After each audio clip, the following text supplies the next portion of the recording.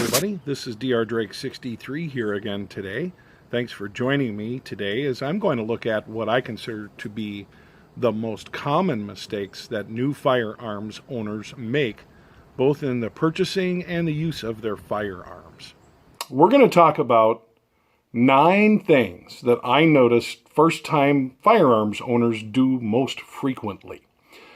Where do I make these observations? Well, for a number of years, I've been a range safety officer, which means that I get to see just about every kind of firearms owner there is, from guys that shoot off their back in old school shooting matches to guys that are shooting semi-automatic rifles, Glock competitions, male and female, all races, creed, color, and what they all have in common is they love to shoot their firearms.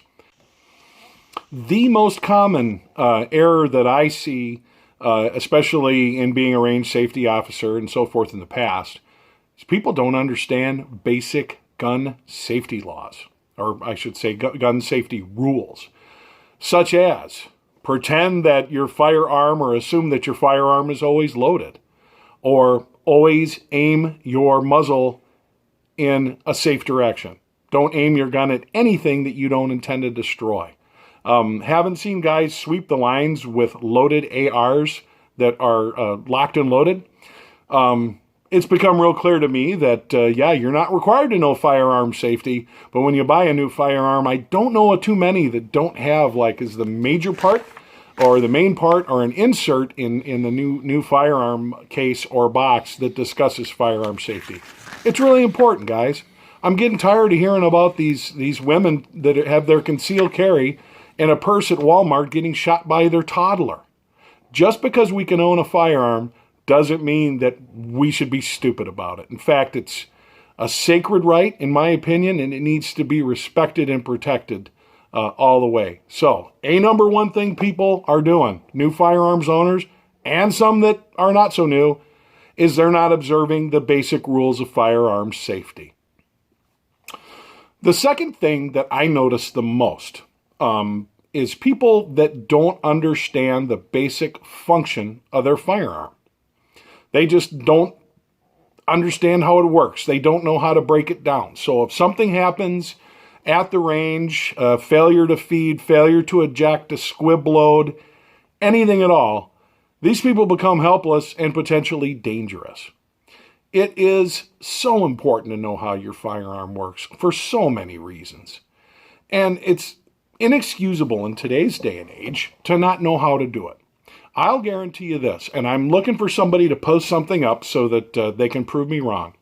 Any new production firearm that you can buy in the U.S., I'm going to bet that you can go to YouTube and find at least 2, if not more, videos, in the case of something like a 1911 or an AR-15, hundreds or thousands of videos that show you how to take down, inspect, clean, lubricate, and troubleshoot your firearm. I can't believe how many people really don't know how to do that, but it's pretty common these days. Third most common mistake I see are people that try to zero their optics, whether it be a red dot, whether it be a scope, whether it be an illuminated scope, or any number of things. They haven't bore-sighted them. They show up at the 50-yard range and wonder why they can't get on paper. Folks, unless you do bore sight, it is imperative that you start at 25 yards or under, or you're going to waste a lot of time and you're going to waste a lot of ammo. And there's no need to do that. It is very possible with most of today's scopes to get them hunting zeroed in 4 rounds, sometimes 3. It's just a matter of knowing what you're doing and taking time. But if you show up at the 50-yard range with a newly installed scope, half the time or better, all you're going to do is hit the ground and never even know what adjustment you need to make. I don't know how many guys I've seen pack their stuff up and say, I guess I got to go to the 25-yard range. Just start there. Number 4, or the 4th most common thing that I've seen, is to buy whatever everybody else is buying. Now, is that always a bad thing? No. There's some really good cars out there that a lot of people buy because they're good cars. So don't get me wrong. I'm not saying don't buy a popular firearm. I'm saying don't buy a firearm because it's popular. Perfect case in point. Years ago, when I began my firearms enthusiast journey, I was convinced that I had to have 1911s in my arsenal. Why? Because everybody else did, and it was iconic and a really cool weapon, and yada, yada, yada, yada. Well, here's the thing. I own several of them. And what I found is I don't like the 1911. It shoots okay, but the bottom line is for 8 shots, I need something that weighs about half that much. Or for that weight, I need twice as many shots. Okay, I guess that means I better buy a Glock. I'm not a Glock guy either, and I've owned them.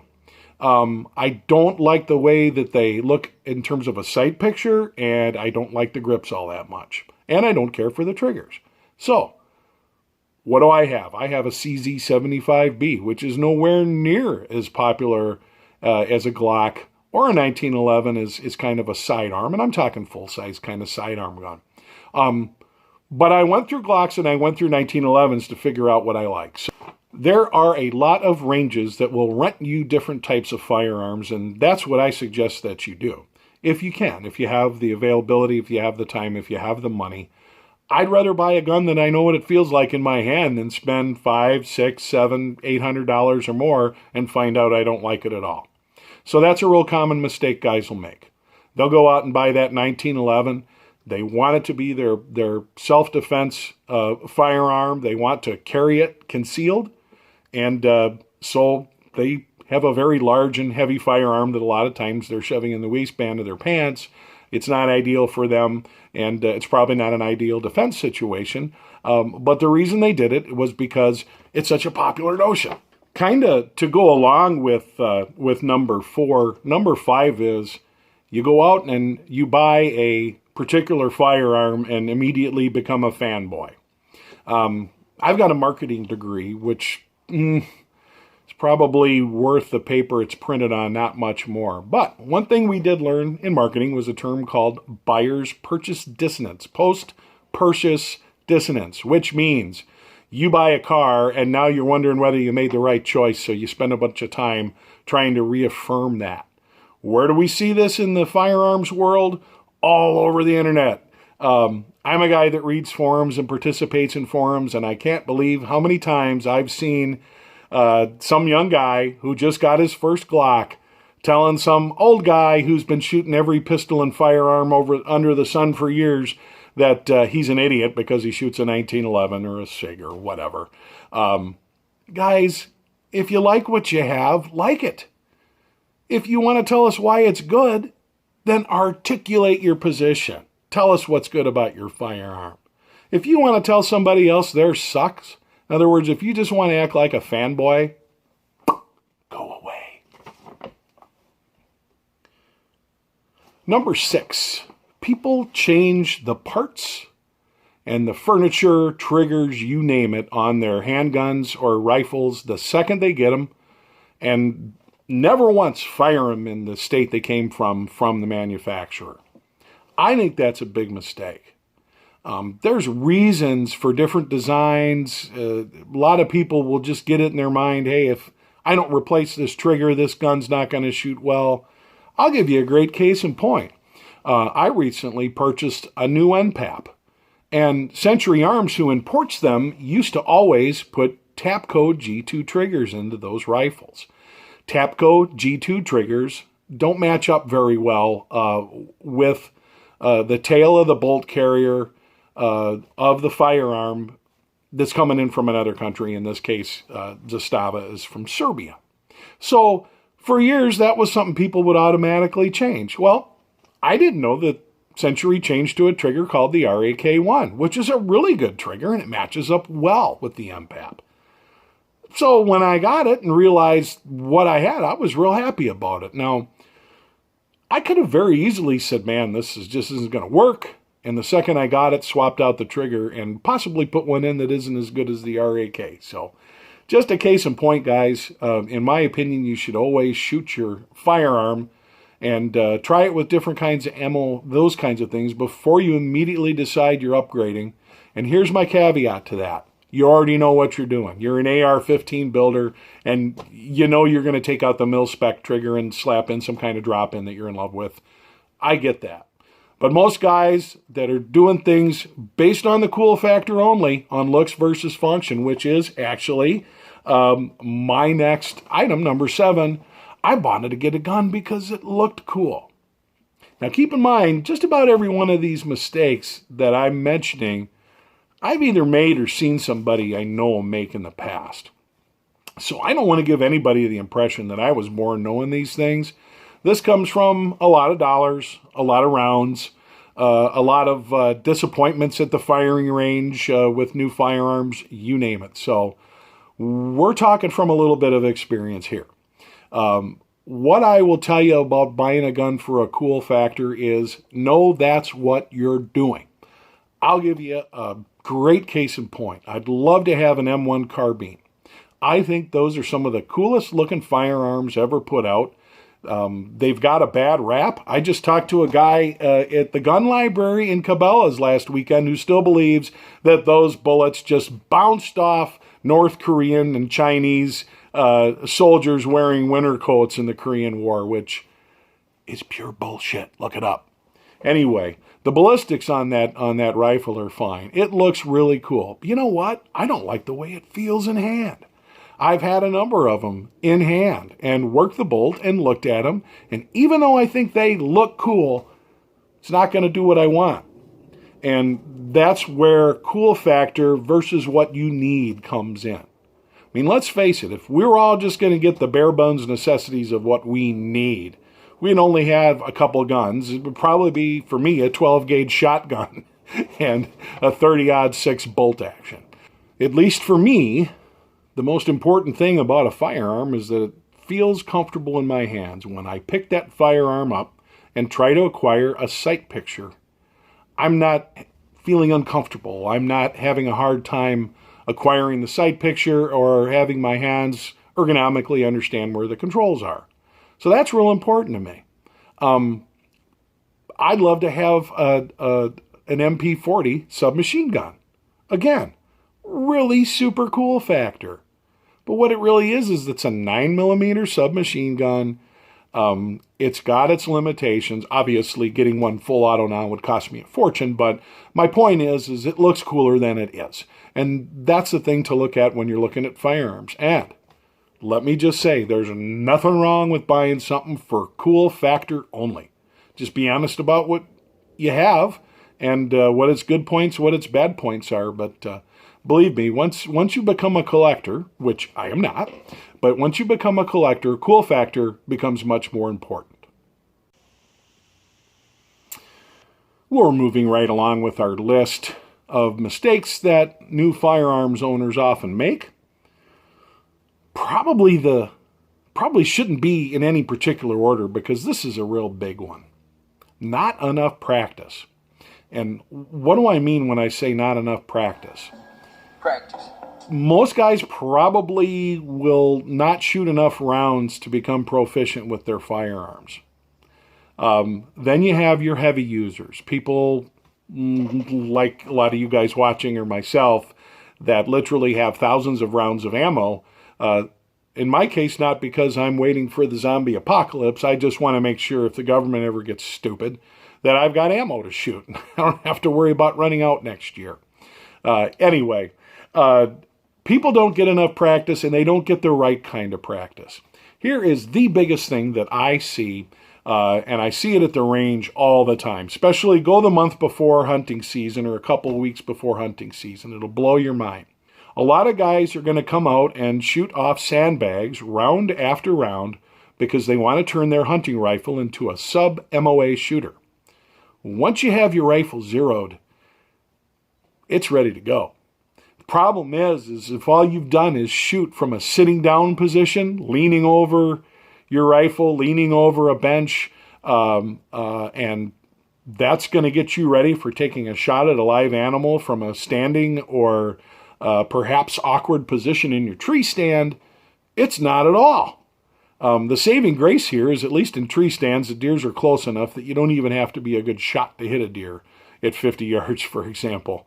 But the fact of the matter is, and this is the biggest mistake I ever made.